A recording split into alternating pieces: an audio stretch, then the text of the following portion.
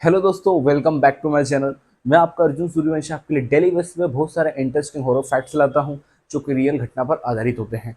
और आज की हमारी स्टोरी भी बहुत ही दिलचस्प स्टोरी होने वाली है। और इससे पहले जिन लोगों ने भी अभी तक मुझे सब्सक्राइब नहीं किया हो तो मेरे चैनल को सब्सक्राइब करें ताकि डेली बेसिस पे जो वीडियो मैं अपलोड करूँ वो आप लोगों के पास टाइम पर पहुँच पाए। तो आइए आज की स्टोरी की ओर चलते हैं। आज की स्टोरी हमारी राजस्थान के उदयपुर के एक शहर के बारे में है। जी हाँ, चलिए आइए इस स्टोरी की बात करते हैं। इसके पीछे चलते हैं, इसके पीछे की क्या सच्चाई इस कहानी की। तो बात दरअसल ये है, सन 1950 में उदयपुर में एक परिवार रहा करता था। ये परिवार में कम से कम 5 से 10 लोग रहा करते थे। जॉइंट फैमिली का परिवार था ये। तो इसके जो जॉइंट फैमिली के परिवार में एक सबसे बड़े बुजुर्ग मुखिया घर के उनके दादाजी थे। जी हाँ, दादाजी बहुत ही उम्रदार से, उनकी उम्र कम से कम 75 के समथिंग की उस समय 1950 में, 1950 में। और ये लोग उदयपुर के एक छोटे से शहर में, गांव तरफ, उदयपुर के एक छोटे से गांव में, थोड़ी सी उदयपुर से दूर 25 किलोमीटर एक गांव में, जंगल में बड़ी खुशहाल जिंदगी जी रहे थे। लेकिन पता नहीं अचानक इनके घर पर, इनके परिवार पर ऐसी क्या आपत्ति आ गई कि ये परिवार टूटने लगा था। जी हाँ, ये परिवार आपस में ही टूटने लगा था। एक दूसरे के मतलब एक दूसरे से ही लड़ने लगा था। मतलब परिवार के लोग आपस में एक दूसरे से मतभेद करते थे। अब बात ये आ रही है, या प्रश्न ये उठ रहा है कि आखिर में मतभेद क्यों करते थे, इनके बीच में ऐसी क्या प्रॉब्लम आई थी। आपके मन में भी ये ख्याल आ रहा होगा। तो मैं बताने जा रहा हूँ। बात दरअसल ये है, इनके घर में एक तांत्रिक कुछ समय पहले आया था, एक यज्ञ करने। एक साल पहले 1949 में तांत्रिक इनके घर में यज्ञ करने आया था। इनके किसी घर में किसी की डेथ हो गई थी, तो उसकी आत्मा की शांति के लिए इन्होंने घर में यज्ञ रखा था। यज्ञ के दौरान उस घर के जो बड़े मुखिया दादाजी थे, उन दादाजी के पास कुछ ऐसी शक्तियां थी, कहा जाता है ऐसी शक्तियां थी कि वो अपनी शक्तियों से कुछ भी, मतलब आगे का कभी कभी कुछ ना कुछ देख लिया करते थे। दादाजी को इस बारे में सब पता था कि आने वाले समय में एक साल बाद यहाँ पर आपस में ही हम सब एक दूसरे से लड़ाई करा करेंगे। ये दादाजी ये बात को भली पूर्वक जानते थे और हुआ भी वैसा ही। एक साल बीता, फिर दादाजी अपने आप सबसे और आपस के जितने लोग हैं वहाँ परिवार के, सब एक दूसरे से लड़ने लगे थे। और लड़ाई इस कदर हो गई थी कि जो भी जॉइंट फैमिली थे, आपस के जो भाई थे और उनका परिवार, वो अलग अलग हो जाते हैं। जब अलग अलग होने के बाद फिर एक परिवार दादाजी वाला वो उसी जंगल में रहता था और एक परिवार उदयपुर शिफ्ट हो चुका था। जी हाँ, एक परिवार उदयपुर शिफ्ट हो चुका था रोज की लड़ाइयों की वजह से।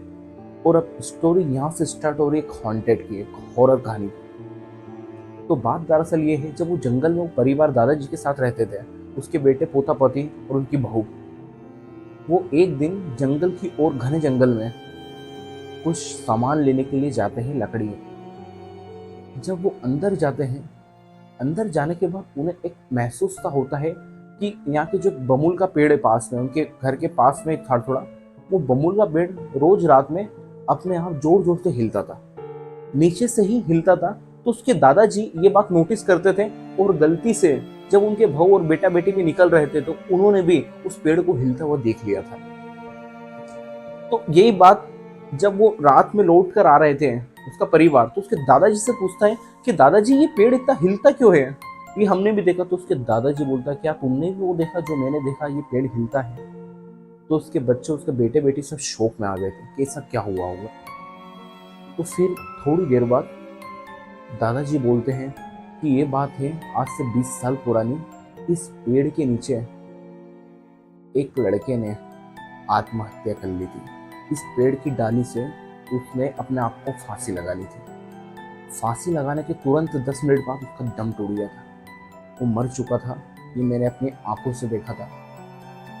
वो कहा जाता था जब से कि उसकी आत्मा इस पेड़ के आजू बाजू भटकती है, और उस आत्मा ने ही अपने घर में कलेश भरा था। उस कलेश की वजह से हम भाई लोग आपस में लड़ रहे थे और तुम एक दूसरे से लड़ रहे थे, झटक पटक कर रहे थे, इसलिए वो लोग उदयपुर चले गए हैं।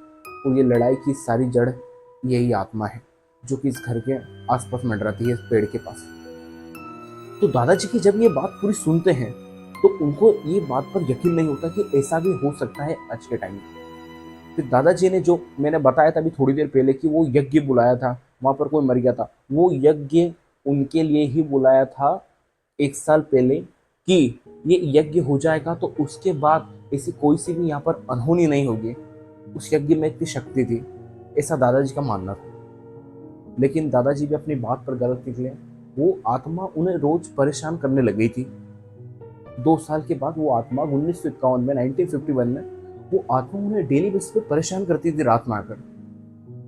कभी किसी का बर्तन इधर से उधर रखना, कभी कभी कुछ सामान इधर से उधर फेंकना, कपड़े जमे तो उसको बिगाड़ देना, ये सब रात में होता था। और जब सुबह उठते थे परिवार वाले, तो सब ये हरकतें देखकर अपने आप से डर जाते थे कि हमने तो रात में करा नहीं, कौन कर रहा है। उन्हें ये समझ नहीं आ रहा था कि कौन कर रहा है, लेकिन दादाजी इस बात को पूरी अच्छे से समझ रहे थे कि ये और कोई नहीं, ये उस लड़के की आत्मा ही कर रही है। और ये यहाँ से जाने के लिए, उससे भगाने के लिए, उस लड़के को भगाने के लिए, मतलब लड़का इनको भगाने के लिए ये सब कर रहा था कि यहाँ से चले जाओ, ये मेरा एरिया है, यहाँ से पूरा सुनसान होकर चले जाओ, यहाँ पर कोई भी रहेगा तो मैं उसे आने वाले समय में हो सकता है जिंदा नहीं छोड़ूंगा, मैं उसे मार दूंगा। ऐसा वो लड़का अपने आप में मन में विचार बना रहा होगा, ऐसा दादाजी का मानना था। फिर दादाजी बोलते हैं कि अब यार है ना, अपने लिए खतरे से खाली नहीं है, यहाँ से अपन भी उदयपुर शिफ्ट हो जाते हैं ताकि अपना परिवार भी सेफ रहेगा। जैसे वो लोग, मेरा छोटा बेटा और मेरी बहू चले गए, ऐसे अपन भी उनके पास ही चलते हैं, उनके पास से अलग रहेंगे। तो वो लोग भी वहाँ से चले गए थे। तो कहा जाता है कि जो वो लड़के की आत्मा उस पेड़ में अटकी है, वो आज भी उस पेड़ में निवास करती है, जो कि उदयपुर के पास एक जंगल है, 20-25 किलोमीटर दूर एक गांव, एक छोटा सा, वहीं पर जंगल में उस बमूल के पेड़ के नीचे आज भी उस आत्मा का निवास होता है। जो कि 20-25 वर्ष के लड़के ने आत्महत्या करके वहाँ पर एक अपना अलग ही एक आत्मा का जो स्पिरिट है, उसके आसपास टहलना, ये सब उस लड़के की आत्मा ही करती है। और ये भी कहा जाता है कि वहाँ पर से कोई गुजरता है आज भी, तो उसे वहाँ पर कुछ रोने की आवाज़ आती है और कोई पुकारता है कि मेरे पास आओ, ऐसी आज भी वहाँ पर आवाज़ आती है। और वो आवाज़ इस कदर रहती है कि सामने वाला सुनकर उसके रोंगटे और रूह कांप जाती है। तो वो लोग आज, उसके दादाजी तो मर चुके होंगे, और जो उसके परिवार की सदस्य है वो आज भी उदयपुर में अच्छे से रह रहे हैं। ये जो उनके साथ हरकत और घटना हुई थी, ये सिर्फ वो जंगल तक ही सीमित रह गई थी। और आज भी उस पेड़ के पास कोई भी जाता है तो वहाँ से उसकी आवाज़ आती है। उम्मीद करता हूँ आपको ये मेरी स्टोरी अच्छी लगी होगी, जो 1950 की है, जो कि रियल घटना पर आधारित है। और उम्मीद करता हूँ ऐसे ही मेरे वीडियो के लिए आप मुझे डेली बेसिस पे फॉलो करेंगे, मुझे सब्सक्राइब करें। Thank you.